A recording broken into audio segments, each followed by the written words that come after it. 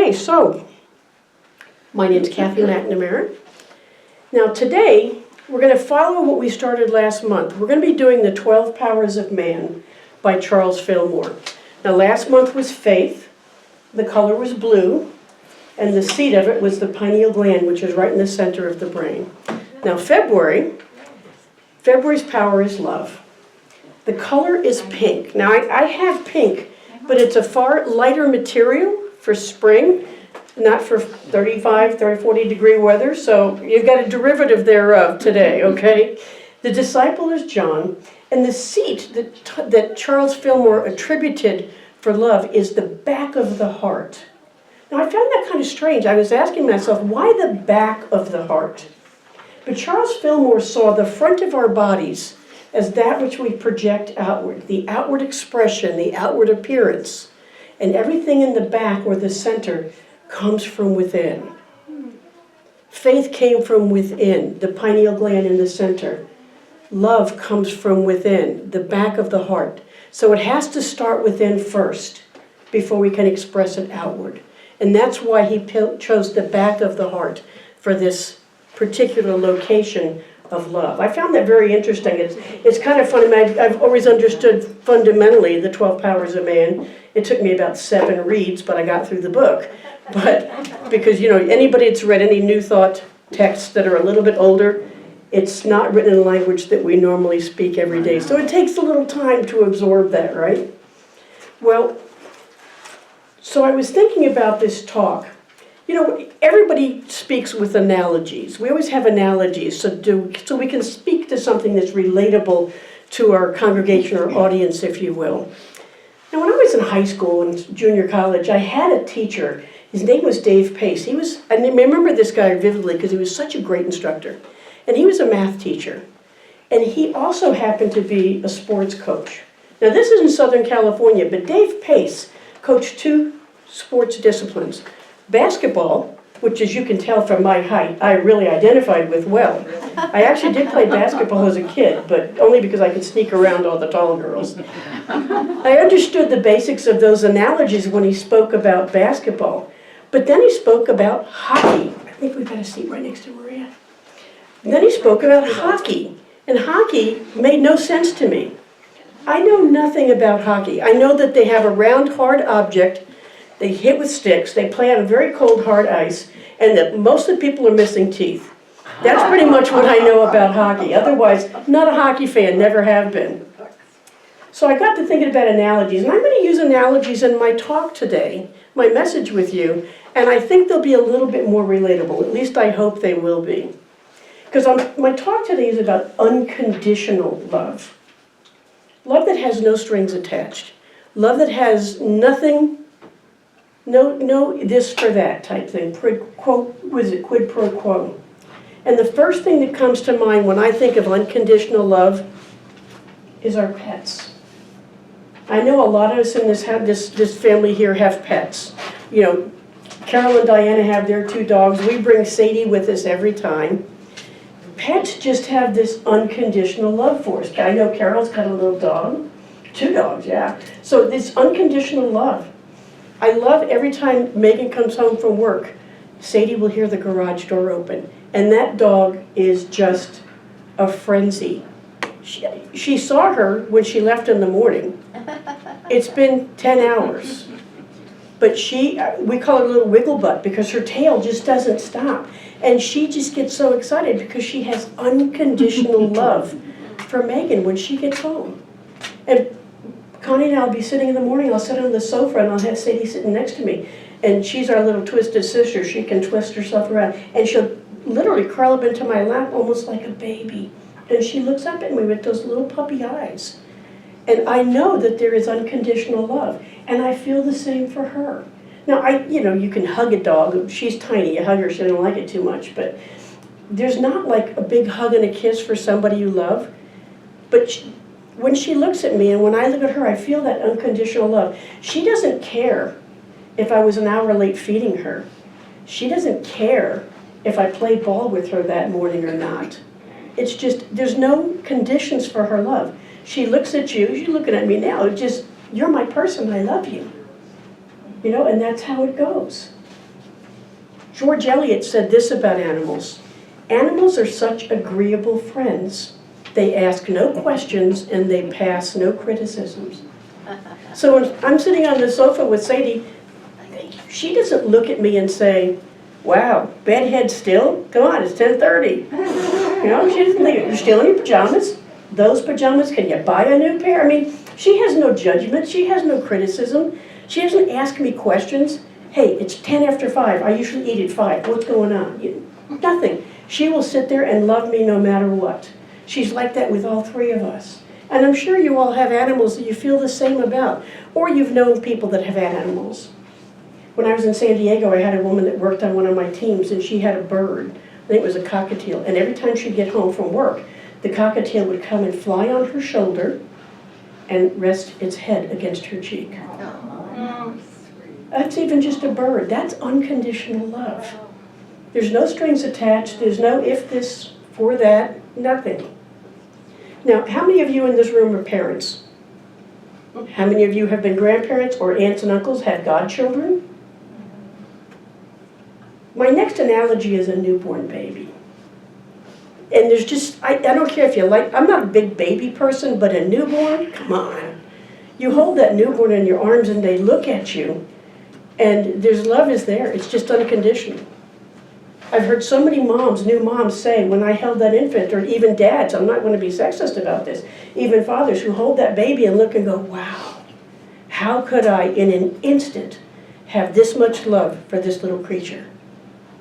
And when Megan came home from the hospital, I held her in my arms and looked, and I just melted. It was like, oh, wow, I didn't expect this. I didn't expect to feel this type of love, unconditionally. My favorite author, Anonymous, said this, when a child is born, the love is already there. Isn't that true? Your love for the baby's love for you. It doesn't wait to see who the child will become. I don't know too many parents, or even anyone that holds a baby and says, I'm going to love you if you become somebody important. They don't say, I'm going to stop loving you if you have a drug addiction, if you have some mental illness, if you have alcoholism, if you turn out not to be what I want you to be. There's no thought of that with a newborn infant. It's unconditional. No strings attached. I love you and I'm going to continue to love you forever. And I think that is so, so true when we talk about infants and pets. And this may be kind of a little bit, some of you might think a skewed analogy, but that's my analogy of how we have love with God, with Spirit. There's no, I'll love you if from God. God doesn't say, if you believe a little more, I'll love you more. God doesn't say, if you donate a little more, I'm going to love you more. There's none of that. Spirit's love is there. It's just always there. And we don't say, God, I'll believe if you get me a pay raise. I have never in my life bargained with God with my love and my devotion being based on material or any type of ethereal even wishes. It's just there. It's always been there. It's always going to be there. It's not going to matter what comes or doesn't come into effect. God's love is always there. And I love this quote from 1 John 4:19. We love because God loved first. We love because God loved first. And I put under this, not because we got it right, not because we earned it, simply because love is what God is. We don't have to earn God's love. I mean, I don't know about you, but there's many times in my life I know things I've done and said would not have earned love from God or anybody, and yet it doesn't matter. God's loved me no matter what. It's not because I got it right, because I don't get it right all the time. I miss that mark a lot. Not that I'm not trying, but let's face it, that's our human experience, right? Divine beings having a human experience. But that love is unconditional. So love of Spirit, as much as it might sound a little crazy, is just the same love that our animals have for us. It's the same love newborns have. And why? Because animals and newborns and all of us are children of God. We're made in the image and likeness of God. We're all made up of the same God stuff. I used to do a little lesson when I was teaching youth church. I'd give every child in the room a little tub of Play-Doh. And I'd say, okay, everybody has Play-Doh. And I let them pick out whatever color they wanted. And they'd all play with the different Play-Doh. We're sitting there just talking. And I said, what do we all have in our hands? And they all said Play-Doh. I said, so it's the same stuff, right? And they all agreed. It was all the same stuff, even if it was a different color. And we'd make little figures out of them. Some of the boys would make snakes. Some of the girls would make little babies. I always made a duck and took yellow because that's the only thing I can make. And then we all agreed that no matter what we had the same stuff. That everything was made of the same God stuff, just like we are. And it's unconditional. We are unconditionally alike. Just have different outward expressions. Now, it's real interesting to say these things in this kind of object way. Pets, newborns, spirit. But what about our love for each other? Our love for one another? Our love for our spouses, our families, our kids, our neighbors, our friends? Do we love unconditionally there? Can we honestly say that we always love unconditionally? No, I can't. There's always that quid pro quo that comes in.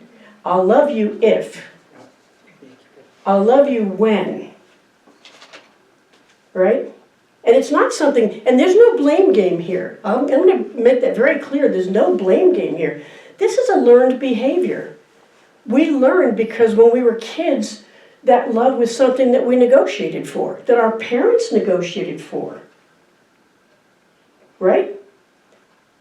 I will give you a kiss goodnight when you brush your teeth and remember to take the trash out. Right? So then it was like, oh, I'm not going to be loved tonight if I don't do these things. And it's just a learned behavior that we carry on into our other relationships as we get older. It's not something that we need to be ashamed of. I think it's more, and the reason I wanted to bring it up in this talk, since the month of February is all about love, is unconditional love. These are things that we learned, that we were brought up thinking, and what is it they used to say? It's that stinking thinking that gets us in trouble, right? So we're going to start learning, even at our age, to redirect our thought process. I don't think we have to worry about, I will do this if, I will love you when.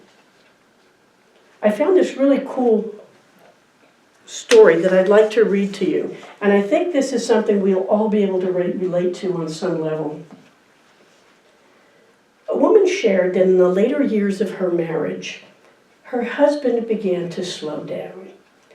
The things he used to do without thinking, fixing things around the house, carrying groceries, remembering appointments, well, they became harder. At first, she didn't notice the shift in herself. But over time, she realized her affection had started to come with conditions. She was warmer on the days he helped, quieter on the days when he didn't, a little distant when she felt tired or unseen. One evening, after a long day, she was moving around the kitchen, doing what needed to be done, when her husband said, "You don't have to do all that." She replied a little sharply, "Well, someone has to." He didn't argue. He simply said, "I know. I just wanted you to sit with me for a minute." So she did. They sat quietly in the living room. No problem solving, no fixing, no earning, just sitting together. Later she said, "In that moment I realized I had been loving him for what he could still do instead of who he still was. And when I let that go, love felt easier, like it used to." That's pretty profound when you think about it. It's pretty profound because she was going into that negotiation phase. And it's just something we slide into. It's something we flip into unknowingly, not realizing it, and not recognizing it. So what I'm asking everybody to do today is to recognize that sometimes we do that. Sometimes we flip into that condition when we don't mean to. We certainly don't mean to, but it happens. Now, Rumi is one of my favorite Sufi poets, and he said this, and Rumi's quotes can be very short but very impacting. Where there is love, there is no bargaining. Where there is love, there is no bargaining. So keep that in your consciousness this week. Where there's love, there's no bargaining. Now, at this point, can you grab your guitar for a moment?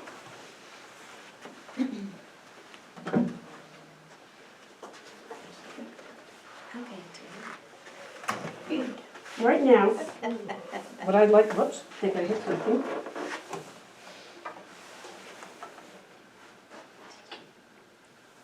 I think I hit something. The power light is off. Is there a switch on the side? There we go. Should come back on. Okay, there we go. Sorry about that. Right now I want to recognize two people in this room who I feel to a great extent love us unconditionally. Because they are here every Sunday, at least every Sunday I'm here. And they do so much for this congregation, so much for me personally and my family coming here. And that is Annalee and Carol, who celebrated birthdays this week. Annalee's birthday was yesterday and Carol's was Friday. And both of you have opened your arms to accept us. We've been coming with you guys for a little over, I think September of 23 was when I first started coming here, or 24. So it's 24 I think is when I started, and then kind of dragged Carol into the fold with me, which I'm thrilled, and I know you are. But we want to thank you guys, and we're going to sing happy birthday to you, and thank you for your unconditional love of this group. Happy birthday to you. Happy birthday to you. Happy birthday, we love you. We love you. Happy birthday to you. Thank you for all that you do for us. Both of you are just amazing individuals, and I can't thank you enough for all the warm welcomes that you do with us. And the opening your hearts the way you do. It makes coming here a joy, and for me and my family, and I know for all of you. So that's unconditional love. There's no strings attached. The first time I met Annalee, I came in and Reverend Paula introduced me to Annalee as the first person, said she kind of does everything. And you know what? I felt that. And Annalee has greeted me every single time since. She didn't know if my talk was going to be worth listening to or it was going to be a pile of dung. She comes up and she greets me. She greets me every single time. I get a big... That's a Carol is. Yeah, I get a big hug. I get, it doesn't matter. It doesn't matter if I'm dressed to the T's or dressed warmly because it's winter. It doesn't matter what. I get hugs. Same with Carol. It's the same with all of you. I feel unconditional love when I come here. I get big hugs, and you don't know whether I'm going to be talking about something you like or don't like, that's going to resonate or not. It doesn't really seem to matter. That's unconditional love. And I want you to think about that for a second. How I feel when I step in here, and how you need to make sure you make that unconditional love for yourself first. Can I love myself if I'm a little overweight? Can I love myself if I've been too short my whole life? Can I love myself as I get a little bit older and I can't do the things I used to do? Can I love myself even after I've done something insanely stupid and go, why did you say that again? Edit yourself, right? Invoke the editor. That was my big thing. I've got to learn to invoke the editor. Can I love myself if I hit the wrong string during a chord? Can I love myself unconditionally? Because when you can do that, you can learn to love everyone around you in that same fashion. And it's not something that's going to happen overnight. Boy, I wish it were. I wish I had a magic wand and say unconditional love. And we all carried that out forever. And we're going to have those times when we don't step up the way we want to. And we have to be willing to accept that fact and know that it's okay. It's okay not to be perfect. Not being perfect today doesn't mean we don't strive a little better tomorrow or later. It just means we do. Because remember, where there is love, there is no bargaining. And that's the truth with unconditional love. So I encourage you and challenge you this week, when you're going through and have your thought processes, to try and think of unconditional love. Now, I will guarantee you there are going to be times this week you're going to feel the exact opposite. Turn on the news, you'll feel the exact opposite. Turn off the news, then you love yourself unconditionally. So just this week, try and remember, no bargaining, just love. We bless these gifts, these offerings, and these wonderful intentions for this beloved community of Unity of San Marcos, knowing that they do wonderful works. They support this ministry, they support this congregation. And for this truth, I give tremendous heartfelt thanks as I bless everyone and everything here. Amen. Amen. It's nice to know when your spouse supports you. And now we've got some more music from Carol. Okay. I was wondering if y'all would like to do the Open My Eyes That I May See. Yeah. Sure. I think, I could, What page are we on, Carol? yeah, that's page 72. 72? 72, And I just think, we were talking before that everything got started, it was a little chilly in here, and they said, well, music is healing, and I said, yes, and it can also be heating. It can warm you up. So, here we go. Thank you, Kathy, that was a great talk. Thank you. That was a fun one to do. Yeah. I like this song too. Here we go. Open my eyes that I may see glimpses of truth thou hast for me. Placed in my hand the wonderful key that shall unclasp and set me free. Silently now I wait for thee, ready my God thy will to see. Open my eyes, illumine me, Spirit divine. Open my ears that I may hear voices of truth thou sendest clear. And while the waves fall on my ear, everything false will disappear. Silently now I wait for thee, ready my God thy will to see. Open my ears, illumine me, Spirit divine. Open my mouth and let me bear gladly the warm truth everywhere. Open my heart and let me prepare love with thy children thus to share. Silently now I wait for thee, ready my God thy will to see. Open my heart, illumine me, Spirit divine. Awesome, awesome.